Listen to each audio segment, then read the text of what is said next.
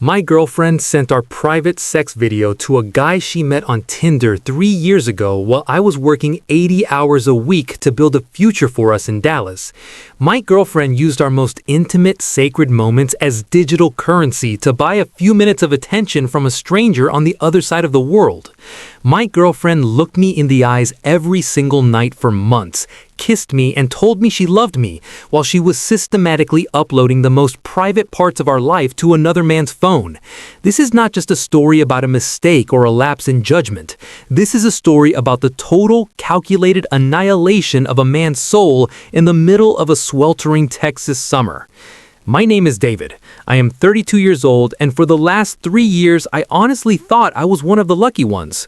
I live and work in Dallas, Texas. By day, I am a senior logistics analyst for a major shipping firm near the Dallas-Fort Worth airport.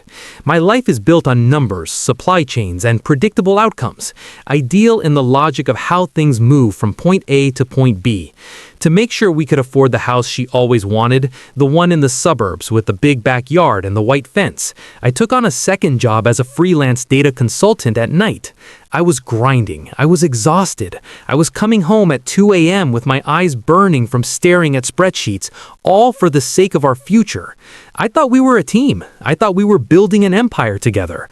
We started dating in January 2022. From the very first week, I was hooked. She was my peace. She was the person I wanted to come home to after a 12-hour shift of managing freight manifests and global shipping delays. She was the woman I planned to marry. For 3 years, I gave her everything I had: my time, my loyalty, my finances, and my complete undivided trust. I didn't just love her, I believed in her. I thought our relationship was built on a rock that nothing could shake. But about a month ago, the air in our Dallas apartment started to feel different. It was subtle at first, the way she would flip her phone face down the second I walked into the room, the way she started taking her phone into the bathroom for 40-minute showers, the way she would suddenly become hyper-protective of her screen if I even leaned over to ask what she wanted for dinner. As a logistics guy, I'm trained to notice when a system is out of balance. I felt the shift, but I buried it. I told myself I was just tired from the 2 jobs. I told myself I was being paranoid because of the lack of sleep. I chose to trust her until the very second that trust was weaponized against me. It happened on a Tuesday night. The Dallas heat was thick, the kind of humidity that makes you feel like you're breathing underwater. We were lying in bed, and she had fallen asleep early. I was wide awake, staring at the ceiling, my mind racing with a data set that wouldn't balance. Her phone, sitting on the nightstand between us, lit up with a notification. I usually never look. I never felt the need to. But that night, a cold chill ran down my spine. I picked it up. The message was on Instagram. It was in vanish mode, but a snippet of the preview remained on the lock screen. It was graphic. It was sexual. It was a name I didn't recognize, talking to my girlfriend like he owned her body. I knew her passcode. She had given it to me a year ago to prove she had nothing to hide. I unlocked the phone, and in that moment, the floor beneath me simply vanished. I started scrolling. I started digging into the archives of her digital life, and what I found was a library of betrayal. This wasn't a one-time thing. It was a long-term, calculated campaign of deception. There were messages going back months, conversations with a guy she had met on Tinder back in early 2022, right before we became official. They had a history. They had a connection that she had never truly severed. They had reconnected sometime in 2024, and while I was sitting in my office at the airport or grinding away at my second job, she was giving this stranger the best parts of herself. I saw the photos first. Photos I didn't even know existed. Explicit, raw, high-definition nudes that she had taken in our bathroom, in our bed, wearing the lingerie I had bought for her. She had sent him everything, her boobs, her body, shots that were so intimate they made me feel like I was looking at a stranger. And then I found the videos. I felt a wave of physical nausea hit me as I watched my girlfriend using a vibrator, a gift from me for the viewing pleasure of a guy on the other side of the globe. But the kill shot, the one that felt like a physical strike to my heart, was the sex video. our sex video, a moment of absolute vulnerability, a moment I thought was sacred and private between two people who loved each other, had been recorded and sent to this man. She had invited a stranger into our bed. She had turned our intimacy into a piece of content for a guy she met on a dating app 3 years ago. I didn't think. I didn't plan. I just woke her up. I turned on every light in the bedroom, the harsh glare reflecting off the Dallas skyline outside our window. I threw the phone onto the bed and I demanded to know the truth. But confrontation was raw. It was loud. It was a kind of guttural, soul-crushing screaming that leaves you empty. I ended the relationship right there, in the middle of the night, while the rest of the city was sleeping. I told her to pack her things and I told her I never wanted to see her face again. But the universe wasn't done with me yet. That same night, a massive storm system, the remnants of a hurricane that had been building in the Gulf, slammed into Dallas. The roads were flooding within minutes. The power grid across our section of the city failed. The local news was issuing emergency alerts about structural warnings and mandatory evacuations in her parents' neighborhood. She couldn't leave. The streets were underwater and every hotel in the area was booked solid with people fleeing the storm. I was trapped in my own home with the woman who had just destroyed my life. For 7 days, we lived in a state of psychological warfare while the rain hammered against the windows. The darkness of the apartment was a perfect mirror for the darkness in my chest. And this is the part that still haunts me, the part I am ashamed to admit. During that week, in the middle of the trauma and the tears and the absolute hatred I felt for her, we became exes with benefits. It was a toxic, desperate attempt to find comfort in the only person I had left, even though she was the one who had cut me open. We would spend hours in brutal, screaming matches, and then, exhausted by the weight of it all, we would end up in bed. It was a trauma response. It was the sound of a man drowning and grabbing a handful of fire just to feel something other than the cold. I officially cut the cord 2 weeks ago once a storm cleared and the city started to dry out. But the silence never came. We never stopped talking. I became obsessed with the details. I became a detective in the ruins of my own life. I forced her to sit down and give me a timeline. I wanted to know how a woman I loved could be so cold. I wanted to know how she could kiss me goodbye in the morning and send our sex video to a stranger in the afternoon. We sat on the couch, the Texas sun finally breaking through the clouds, and I made her go through her phone with me. She told me she met him on Tinder in January 2022. She said they had an instant connection. She said they reconnected in 2024. At first, she tried to tell me it was just casual chat. She tried to tell me it didn't mean anything because he lived on the other side of the world. She was trickle-truthing me, giving me a tiny piece of the truth just to see if I would break, and then revealing a little more when I caught her in another lie. She admitted that she didn't block him when he started making sexual advances. She claimed she told him she was in a relationship, but she never walked away. She liked the thrill. She liked the validation. She admitted that she started sending the nudes in early 2025, and it didn't stop until July. Think about that timeline. Think about what we were doing during those months. We were celebrating our 3-year anniversary. We were mourning the death of my grandmother. We were planning our future. And all while I was holding her hand, she was entertaining a ghost from her past. We even called the guy. I stood over her and made her dial the number. I wanted to hear the voice of the man who had been a silent partner in my bed.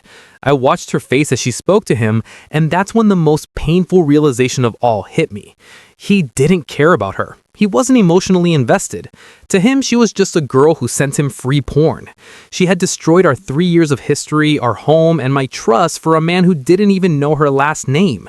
It was pure lust, a digital high that she chased because she was bored and I was too busy working 2 jobs to provide for her. After the storm subsided, she finally moved her things out, but the damage was done.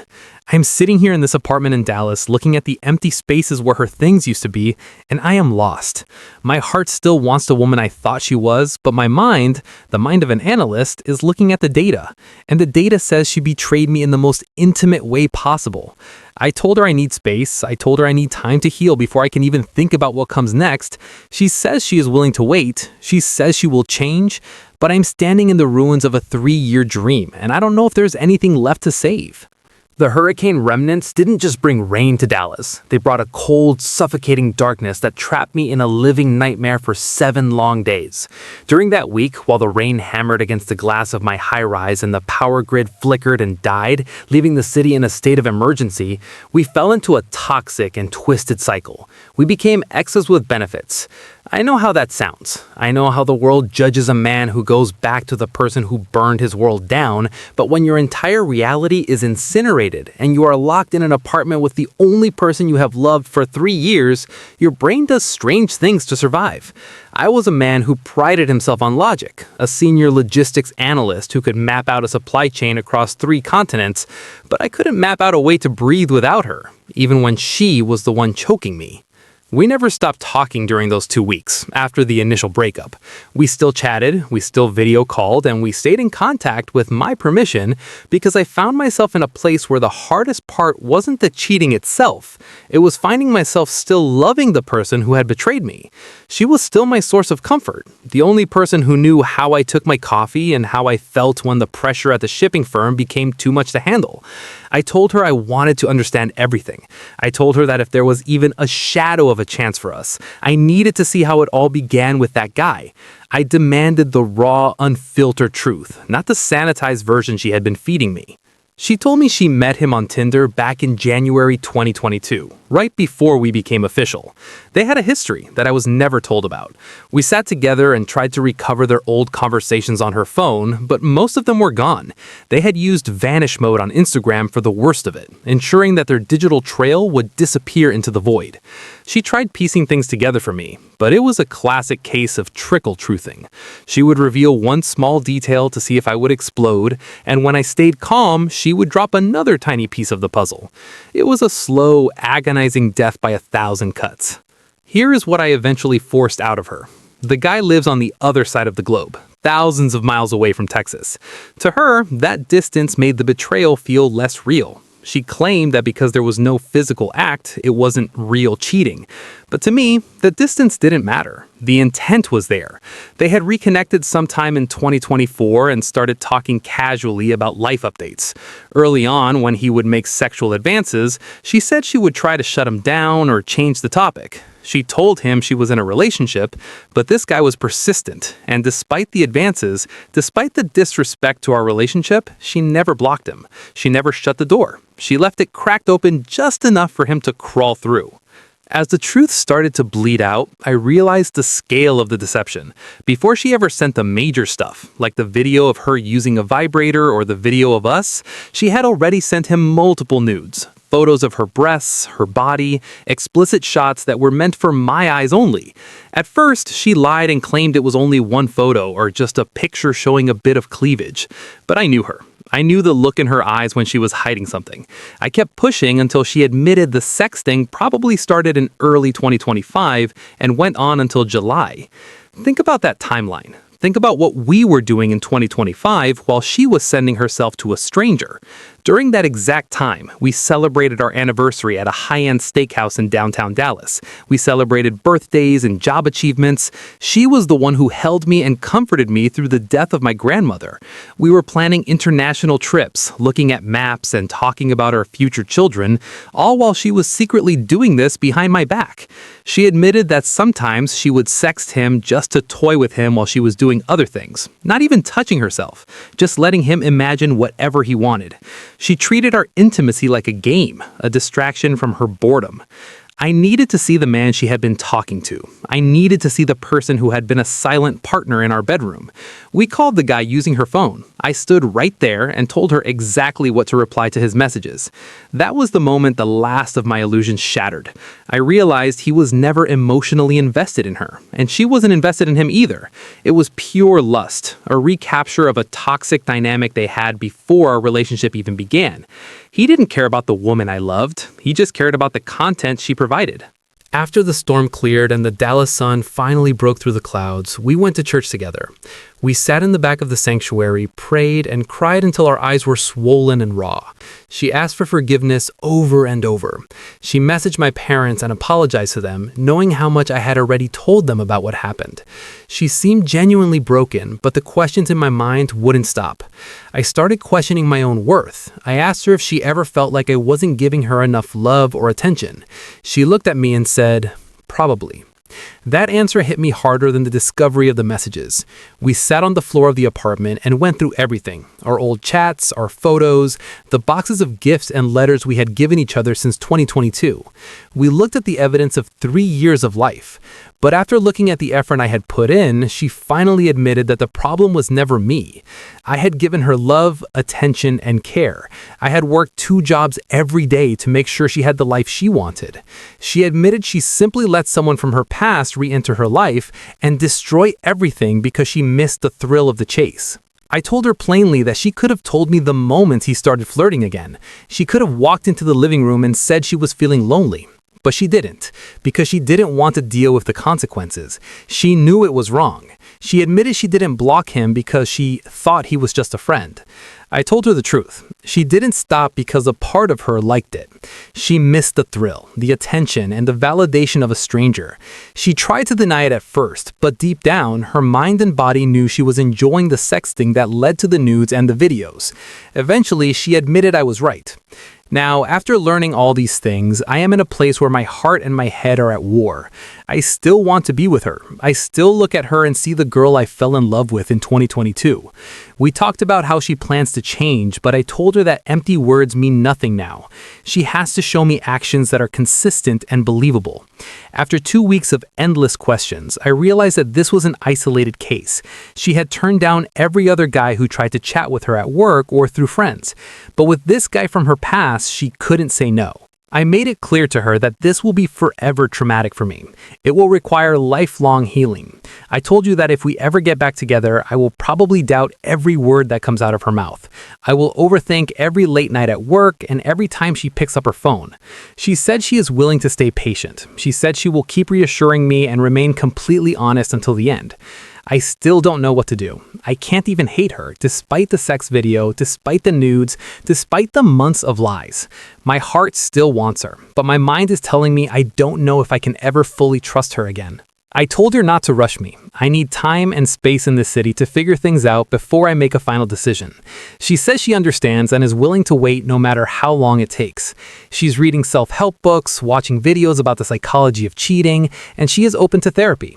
I talk to her family and friends, and they tell me she is genuinely full of regret. They say she wants to fix herself because she still wants this relationship. I also reflected on my own behavior in 2025, and I have to be honest. I was emotionally and sexually distant. I was working 2 jobs every day, coming home exhausted and barely present. I don't know if that's an excuse, but it's the reality of how we got here. Now, I'm just waiting to see if the man I used to be can ever live with the man I have become. The hurricane has passed, and the Dallas sun is back to its brutal, unforgiving self, baking the asphalt outside my apartment until the air shimmers with heat. It has been exactly 2 weeks since I officially ended things with the woman I thought was my forever. 2 weeks of silence, 2 weeks of screaming, and 2 weeks of the confusion so deep it feels like I am walking through a fog. I am David, and for the last 14 days, I have been living in a reality I don't recognize. I have spent my career as a senior logistics analyst, solving problems, finding efficiencies, and making sure everything is exactly where it needs to be. But there is no efficiency in a broken heart, and there is no logic in the way I feel right now. I have learned the hard, bitter truth in these last 14 days. I thought the hardest part of being betrayed would be the moment I saw those messages. I thought the peak of the pain would be watching that video she sent to a stranger. But I was wrong. The hardest part isn't the discovery of the cheating. The hardest part is finding yourself still loving the person who destroyed you. It is the realization that the woman who just shattered your soul is still the only person you want to talk to when the world gets too heavy. She is still my source of comfort, and that is a special kind of torture. It is like being thirsty, and the only water available is the very poison that is killing you. We haven't stopped talking. I know the experts and the guys on the forums say you have to go no contact immediately. They say you have to erase her existence. But they aren't the ones sitting in this apartment in Dallas, surrounded by 3 years of memories. I gave her permission to stay in contact because a part of me wasn't ready to let go of the ghost. We have spent hours on video calls, dissecting the remains of our life. I told her I wanted to understand everything. I told her that if there was even a 1% chance of us rebuilding, she had to be a different person. We talked about change. She told me how she plans to fix herself, how she plans to become the woman I deserved. But I looked at her through that screen and told her the truth. I told her that empty words mean absolutely nothing to me anymore. For 6 months, her words were a lie. Her "I love you" was a lie. Her "I miss you" was a lie. I told her that from this moment on, I don't want to hear what she plans to do. I want to see what she actually does. I told her she has to show me actions that are believable and consistent. I am an analyst. I track data over time, and right now, her data is a flat line of betrayal. She is trying. I have to give her that. She told me she is reading self-help books, diving into the psychology of why people throw away the best things in their lives. She is watching videos about infidelity and the trauma it causes. She told me she is open to therapy, that she is willing to sit on a couch and have a stranger pick apart her character until she finds where the rot started. I talked to her friends and her family. These are people who have seen us together since 2022. They told me she is a wreck. They say she is genuinely remorseful, that she spends her days talking to them about how much she regrets what she did.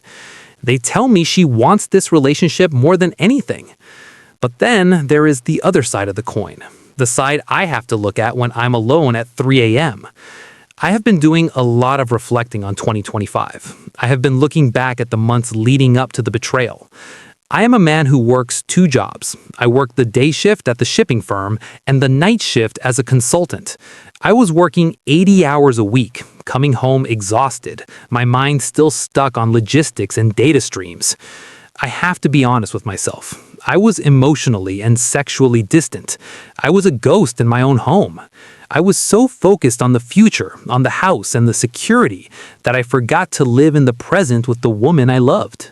Does that excuse her sending our private sex video to a guy on Tinder? Absolutely not. Nothing justifies that level of violation, but it helps me see the cracks or the poison leaked in. I left the door open, and she chose to let a stranger walk through it. I realized after 2 weeks of endless questions that this was an isolated case. I checked everything. All the other guys at her work, the friends of friends, the randoms in her DMs. She turned them all down. She was a wall against everyone else. But with this one guy from her past, this guy she met in 2022, she couldn't say no. They had a history, an instant connection that she used as a justification for the thrill. She admitted she misses attention. She admitted she liked the rush. I told her this is going to be forever traumatic for me. I told her that if we ever get back together, I will be a different man. I will be the man who doubts. I will be the man who overthinks every text, every notification, and every time she says she's staying late. I will be a man who requires lifelong healing. She looked at me and said she is willing to stay patient. She said she will reassure me 1,000 times a day if that's what it takes. She says she will be completely honest and transparent until the end of time. I don't know what to do. My heart still beats for her, but my mind is a fortress of suspicion. I can't even hate her, and that might be the most pathetic part of all. I look at her and I see the girl who held me when I was down, but I also see the girl who sold our intimacy for the validation of a stranger. I told her not to rush me. I told her I need time and space in this Dallas heat to breathe and think. I need to figure out if I can ever see her or us the same way again. She says she understands. She says she is willing to wait no matter how long it takes for me to make a decision. She is waiting in the wings, hoping for a second chance that I'm not sure she deserves. I'm sitting here, a 32-year-old man who thought he had it all figured out, and I'm asking myself the same question over and over. Am I cooked? Am I a fool for staying? Or is there actually a way back from this? I need to heal. I need to find the man I was before that notification lit up the room. Until then, I am just a man in Dallas waiting for the smoke to clear.